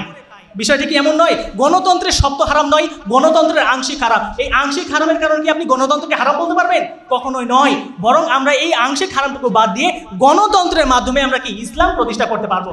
সম্মানিত উপস্থিতি, আসলে একটা প্রবাদ রয়েছে যে কি, নাচতে না জানলে উঠোন বাঁকা, মানে আমি নাচতে জানি না অথচ আমি দোষ দিচ্ছি কার, উঠোনের, যে উঠোনটা বাঁকা। তো এই বিষয় হচ্ছে আমাদের ভাইরা কি অজুর পানির সাথে তুলনা করছেন।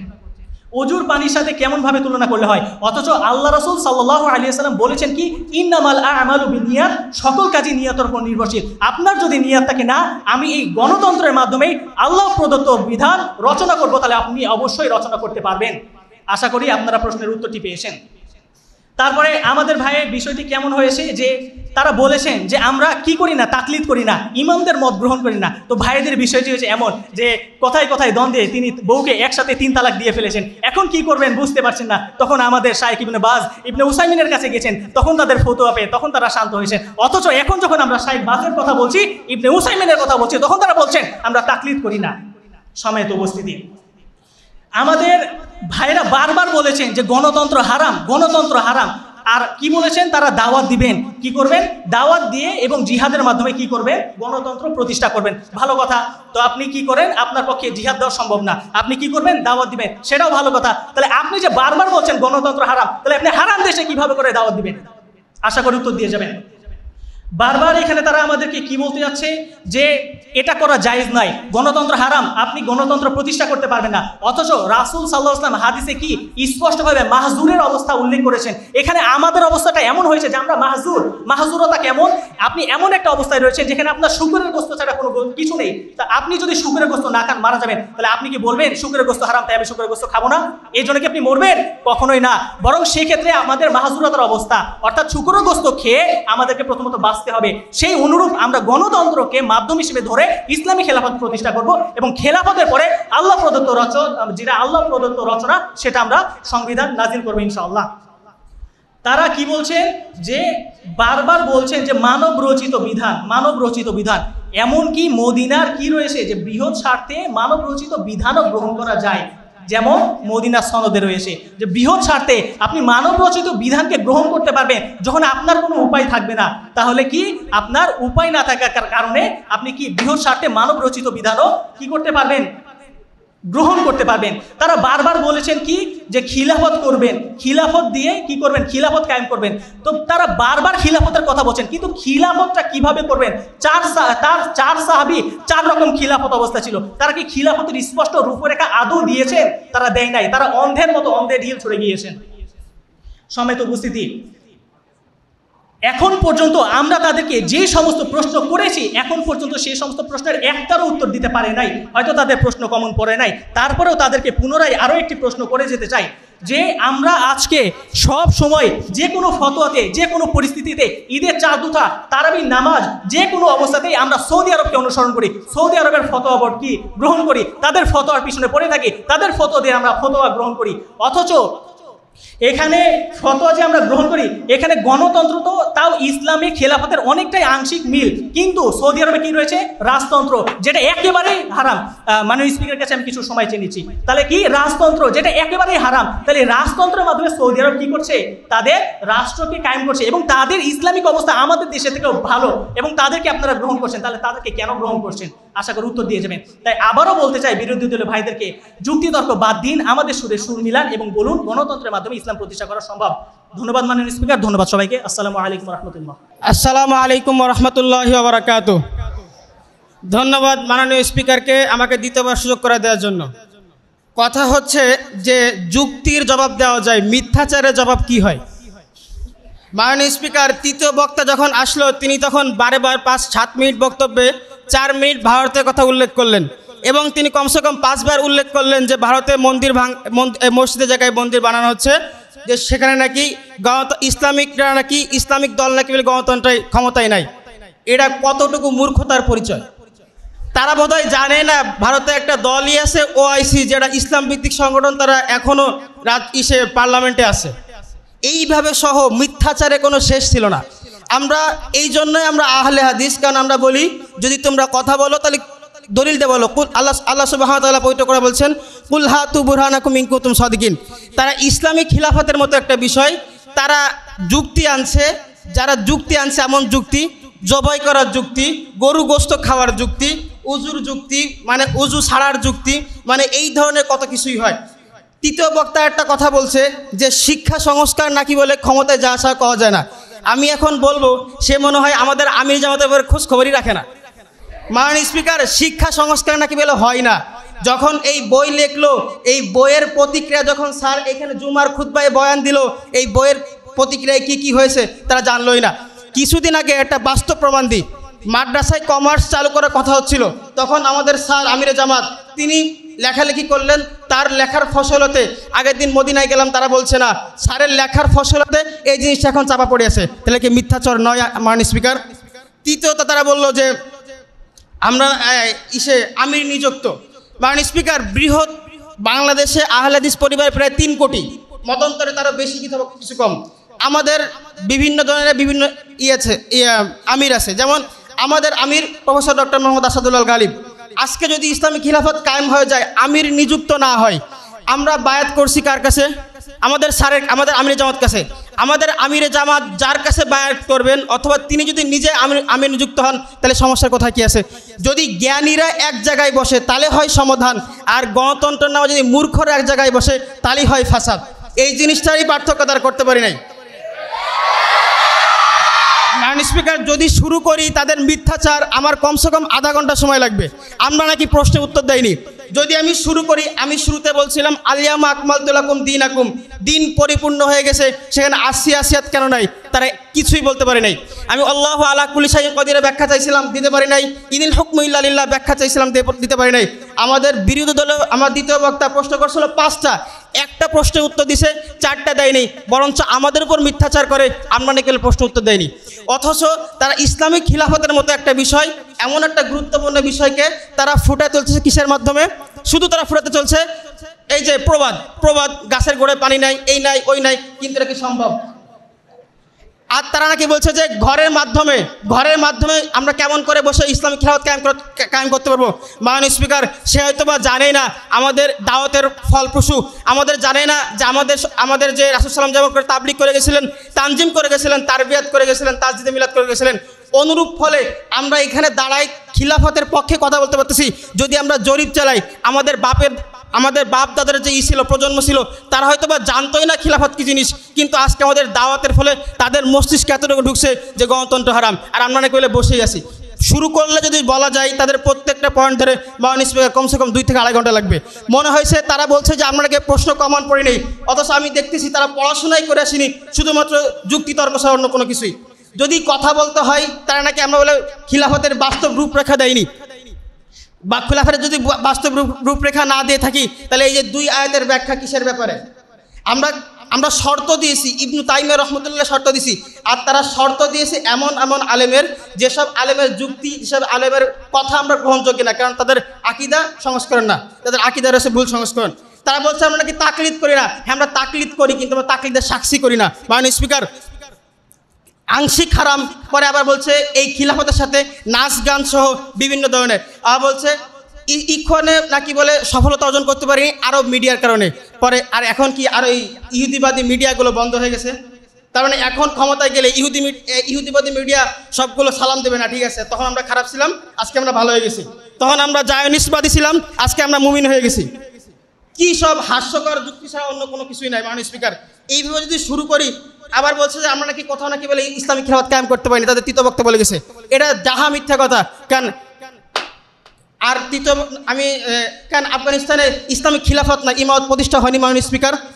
আর তৃতীয় বক্তা প্রত্যেকবার কথা হচ্ছে টাইম, প্রত্যেকবার অজুহাত মাননীয় স্পিকারকে সময় দেন, যেটা সম্পূর্ণ বিরোধী কাজ। আমি এই সহ তাদের বিভিন্ন ধরনের কথা বলে এবং মিথ্যাচারের জবাব সময় স্বল্পতার কারণে না দেওয়ার কারণে না দিতে পেরে আমি দুঃখ প্রকাশ করছি এবং সেই শেষে আমার বক্তব্য শেষ করছি। আসসালামু আলাইকুম রহমতুল্লাহি ওয়া বারাকাতুহু। আজকের যে বিতর্কের বিষয় ছিল বর্তমান সমাজ ব্যবস্থায় বাংলাদেশে গণতন্ত্রের মাধ্যমে ইসলাম প্রতিষ্ঠা সম্ভব, এটার পক্ষের একটা দল ছিল এবং একটা বিপক্ষ দল ছিল। তো আমি উভয় দলেরই মোটামুটি প্রথম দিকের মনে এক একজনের ছাড়া বাকি সবারই বক্তব্য শুনেছি। প্রথমত আমি কারা আজকে জয়ী হবে এবং কারা মানে পরাজিত হবে সে বিষয়টি মুখ্য নয়, তারা যে এই চমৎকার একটা বর্তমানে বার্নিং ইস্যু কোশ্চেন, এটা নিয়ে যে তারা বিতর্কে অবতীর্ণ হয়েছে এবং অংশগ্রহণ করেছে, যেন আমি প্রথমত মার্কাজের পক্ষ থেকে, শিক্ষক মণ্ডলীর পক্ষ থেকে তাদেরকে উভয় দলকে আমি ধন্যবাদ জানাচ্ছি। আগে আসলে বিতর্ক মানে হচ্ছে শানিত যুক্তি, দলিল এবং তার সাথে শানিত যুক্তি থাকতে হয়। অনেক সময় দেখা যায় যে একটা বিষয়ের পক্ষে অনেক দলিল আছে, কিন্তু বিপক্ষ দল এত শক্তিশালী যুক্তি দেয় যে সত্য বিষয় হয়েও কিন্তু সেটাই পরাজিত হয়ে যায়। আমরা ছাত্র জীবনে এরকম অনেক বিতর্ক করেছি, সেখানে দেখা যাচ্ছে একটা বাস্তব বিষয়, সত্য বিষয়, সঠিক বিষয়টাকেও বিতর্কের মাধ্যমে পরাজিত করেছি। এরকম একবার বিপক্ষ পার্টিতেও আমি ছিলাম। যাই হোক, এরকম অনেক বিতর্ক আমার কাছে আগে হয়েছে। তো আমরা বিতর্কের মাধ্যমে মানুষ যে একটা নিজের যুক্তিগুলোকে, দলিলগুলোকে সুন্দরভাবে উপস্থাপন করতে পারে, সেই বিষয়টা আমরা ছাত্রদের মধ্যে এই প্রতিভাটাকে আমরা জাগ্রত করতে চেয়েছি। আমরা জানি শাইখুল ইসলাম ইবনে তাইমিয়ার নামের কথা, উনি যে কত বিতর্ক করেছেন তার ইয়ত্ত নাই। ওনারা প্রায় 1000 পৃষ্ঠার বই একটা আমার কাছে আছে, যে আল মুনাজারাতুল আল আকাদিয়া লি শাইখুল ইসলাম ইবনে তাইমিয়া। উনি আকিদাগত যত বিতর্ক করেছেন, এটি একটি ডক্টরেট থিসিস। তো ওই সব বিতর্কগুলো ওই বইয়ের মধ্যে ওখানে দেওয়া আছে, আমি এটা সৌদি আরব থেকে সংগ্রহ করেছি। আমরা যদি উপমহাদেশে দেখি, শাইখুল ইসলাম আর একজন মাওলানা সানাউল্লাহ অমৃতসরী, তিনি কাদিয়ানি, খ্রিস্টান, তারপরে আরও বিভিন্ন হাদিস অস্বীকারী, মুনকিরিনে হাদিস, বিভিন্ন দলের সাথে বিতর্ক করেছেন। কখনো বিতর্কে মানে তারা পরাজিত হয়নি। যদি সানাউল্লাহ অমৃতসরীর নাম শুনতো তখন ভারতবর্ষের বিতর্কের ক্ষেত্রে, তাহলে অবস্থা খারাপ হয়ে যেত বিপক্ষ দলের, যে সানাউল্লাহ অমৃতসরী আসছে। একবার মজার ব্যাপার হয়েছে যে গোলাম আহমদ কাদিয়ানি যখন ভণ্ড নবী নবুয়ত দাবি করলো, সানাউল্লাহ অমৃতসরী বললো আমি গোলাম আহমদ কাদিয়ানির সাথে বিতর্ক করব। পত্রপত্রিকার মাধ্যমে কাদিয়ানিদেরও পত্রিকা আছে, মাওলানা সানাউল্লাহ অমৃতসরীর বিখ্যাত পত্রিকা আহলে হাদিস সেটি আছে। ঘোষণা হলো অমুক দিন হবে, সানাউল্লাহ অমৃতসরী যে হাজির। গোলাম আহমদ কাদিয়ানি ভণ্ড, ব্রিটিশের দালাল, সে একটা চালাকি করলো। সে কি করলো, বিতর্কের যখন সানাউল্লাহ অমৃতসরী সরাসরি চলে গেছে, এত সাহসী উনি ছিলেন, সরাসরি চলে গেছেন কাদিয়ানিদের যে মূল কেন্দ্র সেই জায়গায়, ওই ভণ্ড আর নামতেছে না, জানা যায় সানাউল্লাহ অমৃতসরী এসেছে, ওর অবস্থা খারাপ। তখন সে একটা চিরকুট লিখে পাঠালো যে আমি আজকে আল্লাহর কাছে শপথ করেছি যে আমি বাড়ি থেকে আজকে বের হব না। বিতর্ক হলো না। এরপরে সানাউল্লাহ অমৃতসরী একটা ওই স্থানীয় একটা জালসা, যেটা আহলে হাদিসরা আয়োজন করেছিল, সেখানে একটা চমৎকার বক্তব্য দিলেন। যাক, আমি সানাউল্লাহ অমৃতসরীর উপরে যে বইটি লিখেছি, তোমরা যদি এটা পড়ো তাহলে দেখবে সেখানে অনেক বিতর্ক তিনি করেছেন।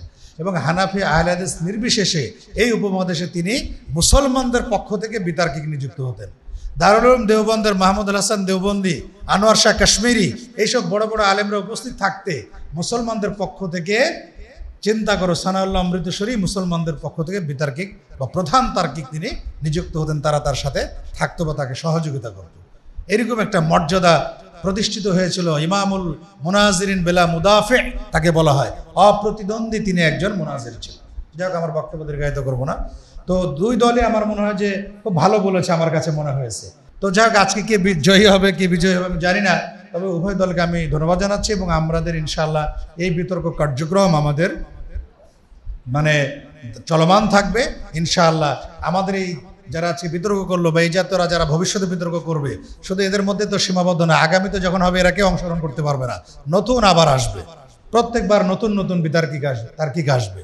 তো আশা করি এদের মধ্যে শাইখুল ইসলাম ইবনে তাইমিয়ার মতো তার্কিক, তারপরে শাইখুল ইসলাম ভারতবর্ষের সানাউল্লাহ অমৃতসরীর মতো তার্কিক, মাওলানা আকরাম খার মতো তার্কিক, এদের মধ্যে ইনশাল্লাহ জন্ম নেবে এবং তারা সঠিক জিনিসটাকে উপস্থাপন করবে। আমি আজকে যারা বিচারক মণ্ডলী ছিলেন, সম্মানিত শিক্ষক মণ্ডলী ছিলেন, আমাদের সদ্য সাবেক হওয়া শিক্ষক আব্দুল কাদের সাহেব, উনিও এসেছেন, তাকে আমি আন্তরিক ধন্যবাদ জানাচ্ছি। এইভাবে আমার কাছে একটা আবেদন এসেছে, প্রত্যেক মাসে বিতর্ক চাই, হবে ইনশাল্লাহ। ভালো যা কিছু তার সাথে আমি আছি, সমস্যা নাই। খারাপ যা কিছু তার সাথে নাই, এবং যে খারাপ করবে তার সাথেও আমি নাই, ঠিক আছে? আচ্ছা, তো ইনশাল্লাহ এই ধরনের বিতর্ক, আমরা তো বাংলায় বিতর্ক করলাম, আমরা সামনে ইংরেজিতে ডিবেট করবো ইনশাআল্লাহ। এখানে আমরা আরবিতে ডিবেট করবো ইনশাআল্লাহ। এবং আমরা স্বপ্ন দেখি আমরা একসময় ডিবেট করতে করতে আমাদের ছাত্ররা, আমাদের সন্তানেরা, তারা বিদেশে যেয়ে ডিবেট করবে। মারুফ যখন ঢাকা বিশ্ববিদ্যালয়ে পড়তো, ওদের ইউনিভার্সিটি থেকে সে কাতারে না কোথায় যেন বিতর্ক হয়েছিল, সেখানে তারা যে বিতর্ক করে এসেছে। কম ব্যাপার না তো, আরাবিয়ান কান্ট্রিতে গিয়ে বিতর্ক করে আসছে। একসময় এইভাবে আমাদেরকে তৈরি হতে হবে ইনশাআল্লাহ। যা হোক, আমাদের সেই মহেন্দ্রক্ষণ, সেই কাঙ্ক্ষিত মুহূর্ত, যার জন্য সবাই আমরা অধীর আগ্রহে অপেক্ষা করছি, তীর্থের কাকের মতো বলা যাবে না, এই ভাষা প্রয়োগ করা যাবে না, আমরা অধীর আগ্রহে অপেক্ষা করছি বিজয়ী এবং রানার্স আপ দলের মধ্যে। এগুলো নাম্বার কোনো একটা ডিজিট, এটা কোনো বিষয় না। সবাই যে প্রাণবন্তভাবে অনেক পড়াশোনা করেছে তারা, মাশাআল্লাহ, এই পড়াশোনাটাই হচ্ছে আমাদের উদ্দেশ্য, তারা পড়াশোনা করবে। তো প্রথমে আমি মানে শ্রেষ্ঠ বক্তার নাম বলবো। তাদের যারা নির্ধারণ করেছে এটা ভালো হয়েছে, আমার কাছেও ভালো লেগেছে। আমার মনে হলো যে সে শ্রেষ্ঠ বক্তা হওয়ার মতো। আজকে শ্রেষ্ঠ বক্তা হয়েছে আরাফ মাহমুদ। তো আরাফ মাহমুদকে আমি ধন্যবাদ জানাচ্ছি, সে খুব প্রাণবন্তভাবে বলেছে। আর সরোয়ার বলছে যে বাড়ি থেকে পড়ে আসাটাই বলতে হবে এমনটা না, বিতর্কের মূল বিষয় হচ্ছে উপস্থিত বুদ্ধিতে হঠাৎ করে আমাকে কথা তৈরি করতে হবে। যা গদবাদা আমি পড়ে এসেছি ওটাই চর্বিত চর্বণ আমি মানে উদ্গীরণ করব, তাহলে কিন্তু হবে না। আচ্ছা, আর শ্রেষ্ঠ বক্তা দ্বিতীয় বক্তা সে আসলে ভালো করেছে। দ্বিতীয় শ্রেষ্ঠ বক্তা আমরা নির্বাচন করেছেন, আমাদের যারা বিচারক ছিলেন তারা হচ্ছে আব্দুল বারী। মাশাআল্লাহ, আব্দুল বারীও সুন্দর কথা বলেছে, যদিও সে বিষয়টার দিক থেকে তার অবস্থানটা দুর্বলের অবস্থান ছিল, তারপরেও যে সে অনেক শানিত যুক্তি দিয়েছে, ভালো বলেছে, আলহামদুলিল্লাহ। ধন্যবাদ উভয়কে, আলফ মুবারক, মাবরুক বলা যাবে না, আলফ মুবারক, উভয়কে ধন্যবাদ জানাচ্ছি আমরা। এবার আমাদের দুই দল যারা বিজয়ী হয়েছে আজকে, বিপক্ষ দল যারা ছিল, অর্থাৎ যারা গণতন্ত্রের বিপক্ষে ছিল, অর্থাৎ এরা নাকি, হ্যাঁ, এরা যে ফাহিম ফয়সাল, আরাফ এবং লুৎফর রহমান, এরা যে বিপক্ষ দল ছিল তারা কতর মধ্যে 97, 100 নাকি আরো বেশি হবে মনে হয়। যা হোক, তারা মোট 97.5 নম্বর পেয়েছে, পেয়ে আজকে বিজয়ী হয়েছে। তাদেরকে আমরা ধন্যবাদ জানাচ্ছি, মোবারকবাদ জানাচ্ছি। আর রানার্স আপ হয়েছে আজকে যারা গণতন্ত্রের পক্ষ নিয়ে বিতর্ক করেছে, তাদের প্রাপ্ত নম্বর হচ্ছে 71.5 দিয়ে তারা রানার্স আপ হয়েছে। এখানে মন খারাপের কারণ নাই। প্রত্যেক পার্টিসিপেন্ট যারা ছিল, যারা অংশগ্রহণকারী এবং যারা বিজয়ী হয়েছে এবং যারা অংশগ্রহণ করেছে, সবার জন্য ইনশাল্লাহ পুরস্কার থাকবে। সবার জন্য কি থাকবে? ইনশাল্লাহ পুরস্কার থাকবে। আর আমি চিন্তা করেছি বিজয়ী দলকে একটা ট্রফি বা একটা মানে ক্রেস্ট দেওয়া হবে। আজকে দুই দলের মেন্টর ছিলেন, একদিকে ছিলেন ফয়সাল মাহমুদ এবং আরেকদিকে ছিলেন আব্দুল্লাহ, আমাদের দুইজন শিক্ষক ছিলেন। তাদেরকে ধন্যবাদ জানাচ্ছি, তারা তাদের ব্যস্ততার মধ্যে তাদেরকে প্রস্তুত করেছেন। এই জন্যে আহলে হাদিস আন্দোলন বাংলাদেশ, আসুন পবিত্র কুরআন ও সহিহ হাদিসের আলোকে জীবন গড়ি।